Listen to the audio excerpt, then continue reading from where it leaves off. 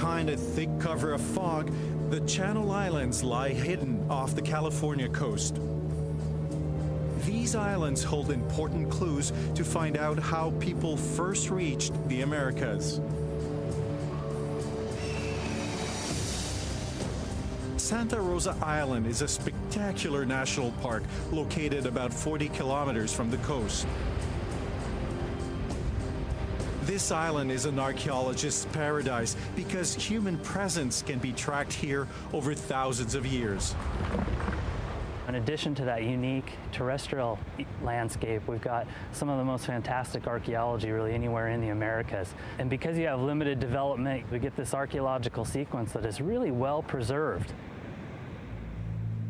In the late 50s, an archaeologist made a remarkable discovery. He found two femurs that had been buried in some very ancient layers at Arlington Springs Canyon. Those bones are now kept at the Santa Barbara Museum. Yeah, this is the part of the femur nearest the knee of Arlington man. Curator John Johnson was curious to know how old they really were, so he asked an expert to radiocarbon date them.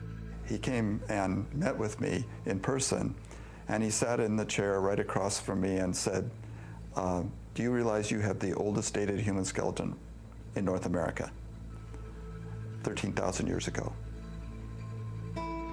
13,000 years ago. That's exactly when the Clovis people are supposed to have started colonizing the interior of the continent. So the significance of human presence on Santa Rosa Island 13,000 years ago is that the only way people could have gotten out to that island would be by boat. So it really shows us that people had the ability to make boats and were using watercraft right from the earliest part of the colonization of the Americas. If those early settlers knew how to build boats, is it possible their ancestors used the same technology to reach North America?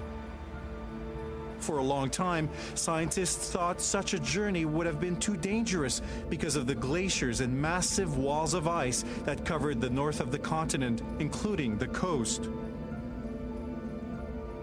But geological evidence shows that the ice retreated earlier in certain spots along the coast. These glacial refuge areas would have allowed a coastal migration thousands of years before the ice-free corridor was passable east of the Rockies. A lot of people thought that coastal areas were kind of marginal, that people would have come down through the ice-free corridor and eventually followed the riverways down and ended up on the coast. And now the tide has really turned, and we're starting to see that there were probably multiple migrations, multiple pathways into the Americas, people coming via terrestrial overland routes and other people's coming down the coast. Finding evidence of a coastal migration is challenging because the ancient coastlines are now submerged. But what archaeologists Torben Rick and John Erlandson are finding on Santa Rosa's cliffs suggests it might be time to rewrite the early history of the Americas. We were walking down below, and I looked up, and there was an area where the dark soil had been eroded and was exposed. I climbed up and found a thin layer of bird bones and stone tools jammed right in with them. That day, I think we found something like 30 of the Channel Island barbed points, which was an all-time record, extremely unusual. It was stunning, really. These projectile points are 12,000 years old, and seal bones were found just beside them. We found several of these seal bones at the site in the last year or two, and as far as we know, this is the earliest evidence for seal hunting in the Americas, 12,000 years ago. For Erlandson, the existence of such an ancient and well-adapted maritime culture is a sign of a coastal migration. Those first migrants would have followed the rich seaweed forests that grow along the shorelines, a kelp highway leading them to the New World. These habitats are extremely rich. They offer both marine resources and terrestrial, and advantages to early people. They're not only highly productive for fishing peoples, but you can tie your boats off to them. They flatten the swells.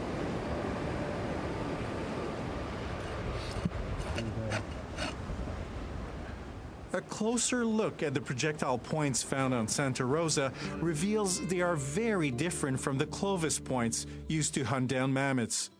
Erlandson thinks this could be more evidence of a coastal migration. These are a couple of stemmed points, and they're both associated with marine hunting. This one is beautifully serrated. It's an incredibly sophisticated kind of hunting technology. They're both 12,000 years old, and they're both very, very different from Clovis.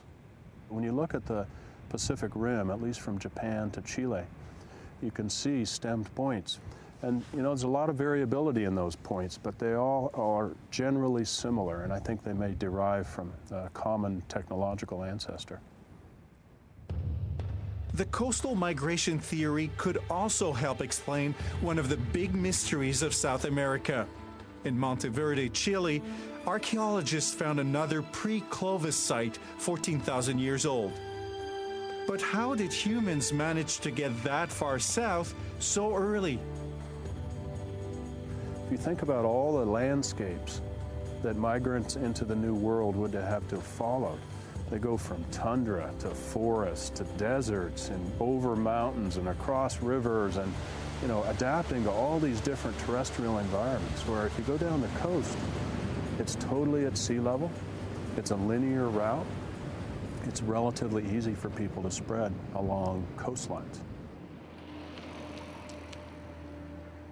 But it's genetics that is now offering some of the most convincing evidence yet.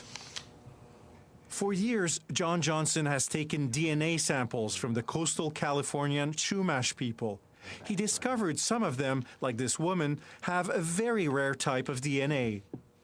I received a call from a colleague who had tested an ancient jawbone that was found in a cave in southern Alaska that was radiocarbon dated at 10,300 years ago.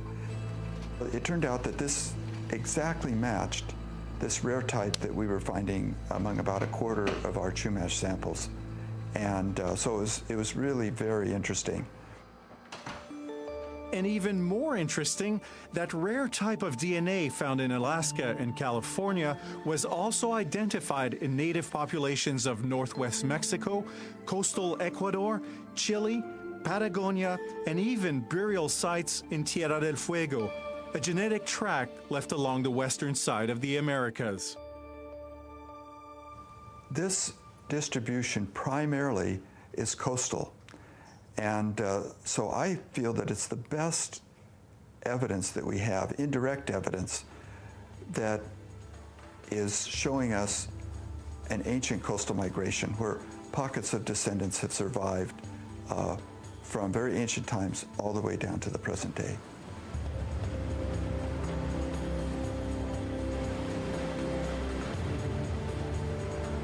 Bold new findings suggest Asian people following coastlines were likely the first ones in the New World, followed by migrants using the ice-free corridor along the Rockies. As new discoveries are being made, the early history of the Americas is becoming more complex and fascinating than ever before. Frédéric Zalac, CBC News, Paisley, Oregon. And we want to know what you have to say about this story or anything else you see on the program. So drop us a line. You can head to our website and follow the links. Our address is cbc.ca/thenational. We've told you